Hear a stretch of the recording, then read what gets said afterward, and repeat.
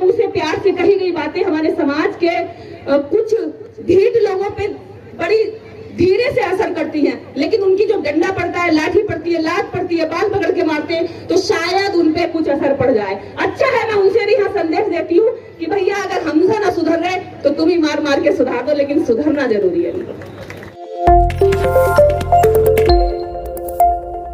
आज भी आजाद भारत के अंदर जब 76 वर्ष पूरे हो चुके हैं, आजादी का अमृत महोत्सव मनाया जा रहा है, लेकिन हमारे लिए अमृत नहीं है कहीं भी, हमारे लिए तो मृत है, मृत्यु है, जहर है, जातिवाद का जहर, जो हमें शिक्षित होने के बाद भी हमारा पीछा नहीं छोड़ता, जैसे बाबा साहब का पीछा नहीं छोड़ा था।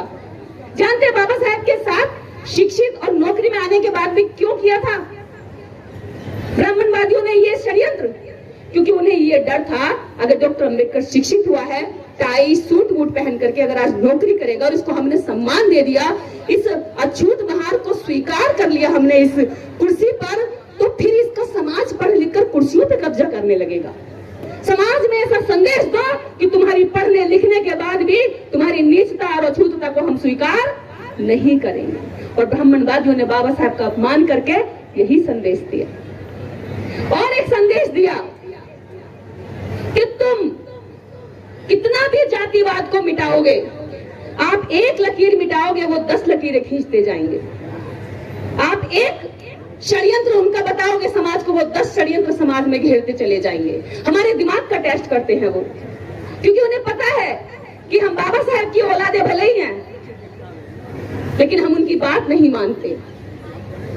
जय भीम बोलने से बात नहीं बनेगी, नमो बुद्धाय बोलने से हम बौद्धिस्ट नहीं बन जाएंगे। हमारे व्यवहार में झलकना चाहिए, हमारे परिवार में झलकना चाहिए, हमारे चरित्र में झलकना चाहिए, हमारे संस्कारों में झलकना चाहिए, तब हम बौद्ध दिखेंगे। नहीं ऊपर से कह लूं, हमारे मुंह में भर रहा है गुटखा, नाम उठा है, उठा है, कुछ तो मुंह भी नहीं खोल पा रहे। मैं ही यहाँ सुबह से मिल ली 50 से, कुछ तो बोल भी नहीं पाया ऐसी करके, क्योंकि 5 रुपए खराब हो जाएंगे। ये समाज की सच्चाई है। अभी इस समाज पे नशे पे काम होना चाहिए, शीलों पर काम होना चाहिए, 22 प्रतिज्ञाओं पर काम होना चाहिए। आपको 33 करोड़ से कुछ नहीं मिला, लेकिन 22 प्रतिज्ञाएं जीवन में उतार कर देखो, दुनिया का सारा सुख, सारी संपत्ति मिल जाएगी। अब तो जागरण कीर्तन दुनिया भर के आडंबर आज तक मनाए, अलग अलग की मनोती मनाई, चढ़ावा चढ़ाया, प्रसाद चढ़ाया, मन्नतें मांगी, भले उनसे रेडिया रगड़ रगड़ के हमारी पीढ़ियां खत्म हो गई, वहां भले कुछ नहीं मिला, लेकिन मैं दावे के साथ आज आपसे कहती हूँ, अगर आज आप 5 शीलों को जीवन में उतारने, उन्हें स्वीकार करने का संकल्प लेकर जाएंगे, तो ये भारत पूरी दुनिया के नक्शे पर एक खूबसूरत राष्ट्र के रूप में दिखाई देगा। करके तो देखिए, दुश्मन से आप उम्मीद करेंगे कि वो आपको बढ़ावा देगा, वो आपके लिए टूटी हुई एक बहती नदी के लिए पुल बना कर देगा। अरे नहीं जी, अगर आप तो पगडंडी पर चल भी रहे होंगे तो लात मार के गएगा जाडू, क्योंकि उसकी नजर में हम कुछ नहीं है। पर अपनी नजर में जब तक हम कुछ नहीं बनेंगे, जब तक हम अपनी नजर में अपना ही सम्मान, अपना भी स्वाभिमान नहीं पहचानेंगे, तब तक दुश्मन से कैसे मांग करेंगे। अभी तो हमारे लोगों में स्वाभिमान की चिंगारी नहीं आई है। स्वाभिमान क्या होता है, क्या होती है इज्जत। इस देश के अंदर एनसीआरबी की रिपोर्ट बताती है कि हर 4थे मिनट पर, हर 8वें मिनट पर एक दलित बेटी का रेप हो जाता है। ये बुक आंकड़े हैं जो रजिस्टर्ड होते हैं, और मैं वो नहीं कह रही हूँ जो पंचायतों के जरिए या गांव में दबा दुबा के या घर वाले डरा धमका कर रोक लेते हैं कि अरे क्या है, इज्जत तो लड़की की जाएगी, हमारा समाज तो कमजोर है, कोर्ट कचहरी भी न्याय नहीं देगा। ये वो आंकड़े हैं जो थाने तक जाते हैं, कोर्ट तक जाते हैं, जो एफआईआर में दर्ज होते हैं फर्स्ट इन्फॉर्मेशन में। किसकी बेटियां हैं वो? आपकी बेटियां हैं। जब अपना स्वाभिमान नहीं पहचानते तो अपनी बहन बेटियों की इज्जत ही कैसे बचाओगे? आपके पास किसी भी तरह की सुरक्षा की कोई गारंटी नहीं है। किसी को अपनी जातिवादी भड़ास निकालनी है तो आपकी बहन बेटी को उठा लेता है, किसी को अपनी जातिवादी कुंठा उठानी है तो चिट्टा चमाट चूड़ा कहकर गालियां दे करके अपना मन हल्का कर लेता है। आप क्या निकल जाते हो, सड़क जाते हो धीरे से, क्या फर्क पड़ता है, कौन टकराएगा इनसे, कौन भिड़ेगा इनसे, छोड़ो यार।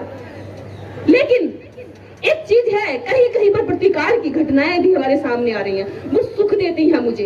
कैसे? एक छोटा सा कीड़ा भी अगर आप उसके पैर पे या उसकी पूंछ पे या उसके किसी अंग को दबाते हैं तो वो उठकर पीछे से वार करता है, वार करता है ना।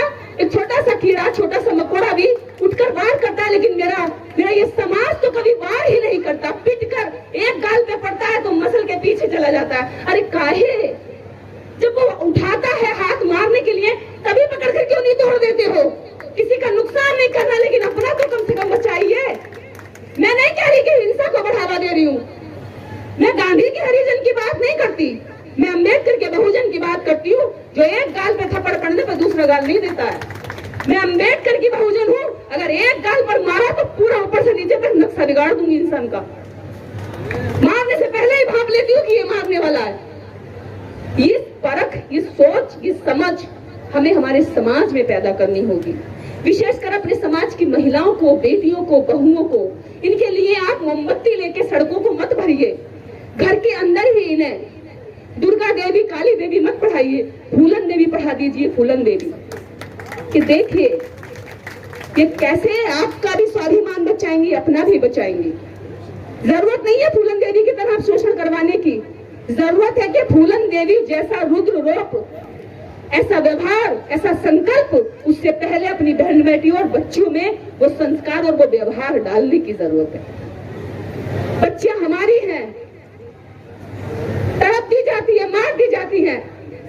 ऐसी भारत के अंदर, खासकर इन राज्यों में, गुजरात का एक मंदिर था जहाँ देवदासियां रखी जाती थी, आपको शायद पहचान भी नहीं होगी, जहाँ 9 साल की, 7 साल की, 12 साल की, 14 साल की बच्चों को देवदासी के रूप में रखा जाता था। वो किसकी होती थी? इसी बहुजन समाज की होती थी। सुंदर बच्चियां, भगवान के नाम पूजा कराई जाती थी और उस भगवान से शादी कराई जाती थी। देवता तो उनके साथ नहीं रहते थे ना, उनका उद्धार करते थे, लेकिन मंदिर के पुजारी उनका शोषण करते थे। भारत का हिस्ट्री बता रही हूँ,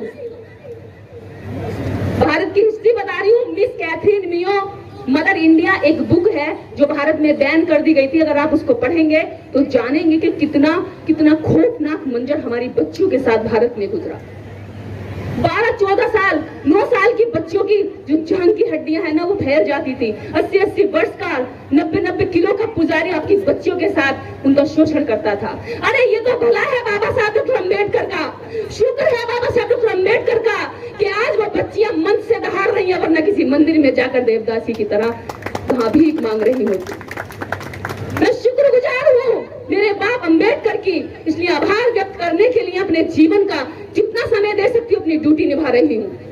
वो कर्म आपको भी करना है, वो अधिकार आपको भी मिले, निर्देश को नहीं मिले, या मंच पे बैठे इन लोगों को ही नहीं मिले। ये ड्यूटी आप सबको भी निभानी है।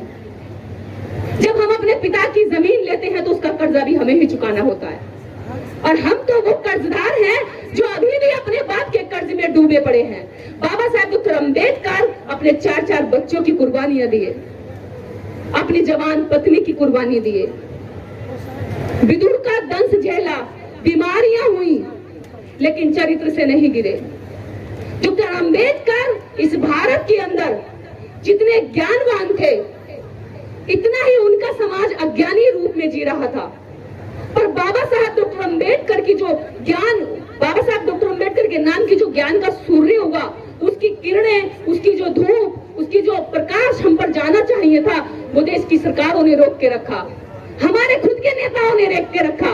जो मंच के बड़े बड़े नेता होते हैं उन्होंने बाबा साहब को नहीं पढ़ा होता है।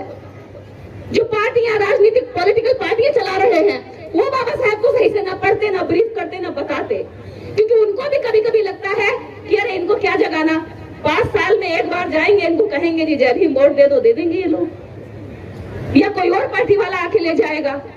क्योंकि हम नेता भी चरित्रवान नहीं ढूंढते ना, हमें तो नेता भी चाहिए, चल दारू पिला दी यही नेता हो गया, लड्डू खिला दिया यही नेता हो गया। ऐसे नेताओं को हम लोग चुन लेते हैं। जब तक परिवार के मुखिया चरित्रवान, शीलवान नहीं होंगे, तब तक ये समाज शीलवान नहीं बनेगा, और जब तक समाज शीलवान नहीं बनेगा, तब तक हम नेताओं को अभी पहचान नहीं कर पाएंगे कि उसमें कौन कौन से शील उसके व्यवहार में है।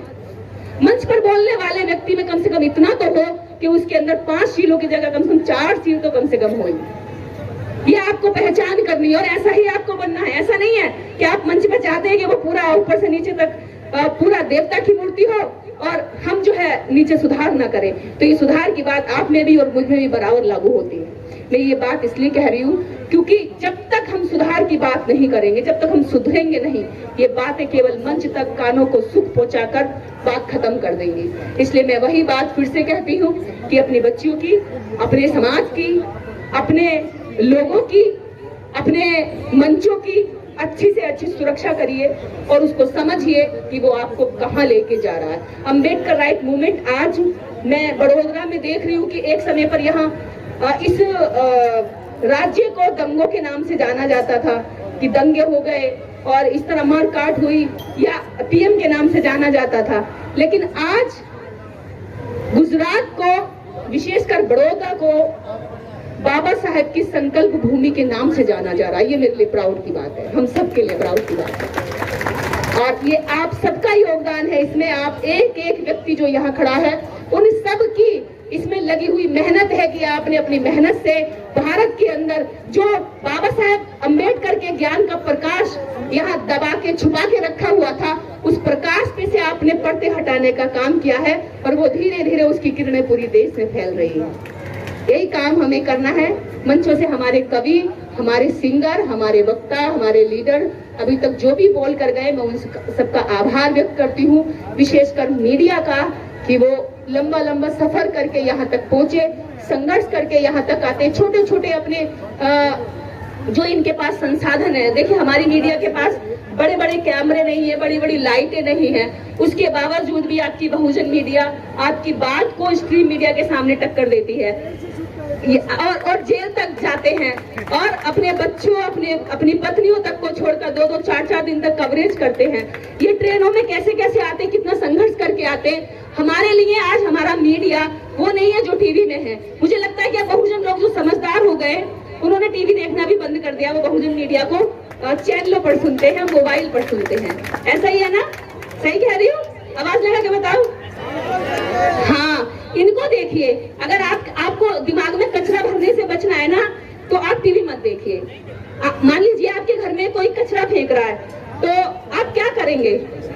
कोई कचरा अगर आपके घर में फेंकेगा तो लड़ जाओगे, अरे मेरे घर में कचरा फेंक रहा है भाई, मैं ये कचरा बर्दाश्त नहीं करूंगा। लेकिन कोई आपके दिमाग में कचरा डाले तब फिर कहोगे आओ जी आओ, चले आए करो, रोज आया करो, डाल दो कचरा। वैसा ही कचरा वाला आपका टीवी है, वैसा ही अंधविश्वास है, वैसे ही हाथ देख करके चारों दिशाओं को बताने वाला वो कचरे वाला है। उनसे बच के रहिए क्योंकि आपके दिमाग में कचरा आपके घर में कचरे से ज्यादा खतरनाक है। घर का कचरा दिखाई देता है, साफ हो जाता है, लेकिन दिमाग का जो कचरा है वो पूरे समाज को दूषित करता है, हमारी सोच को दूषित करता है। तो इसलिए जरूरत है कि अगर कोई दिमाग में कचरा डालने आ रहा है तो उसको वही स्टॉप करिए जैसे कि हम घर में कचरा डालने वाले को करते हैं। समझ रहे हैं ना? मैं कह रही हूँ उन पाखंडियों से बचिए। अपने संस्कार, अपने बच्चों की शादी, अपने बच्चों के जन्मदिन संस्कार, मरण संस्कार बौद्ध बंधुओं से कराइए, अपने लोगों से कराइए, उनको सम्मान दीजिए और उनकी रोजी रोटी अपने आप बंद हो जाएगी। वो आपसे मांगते नहीं है, आप जबरदस्ती उन्हें बुलाकर सम्मान देते, सर पे चढ़ाते।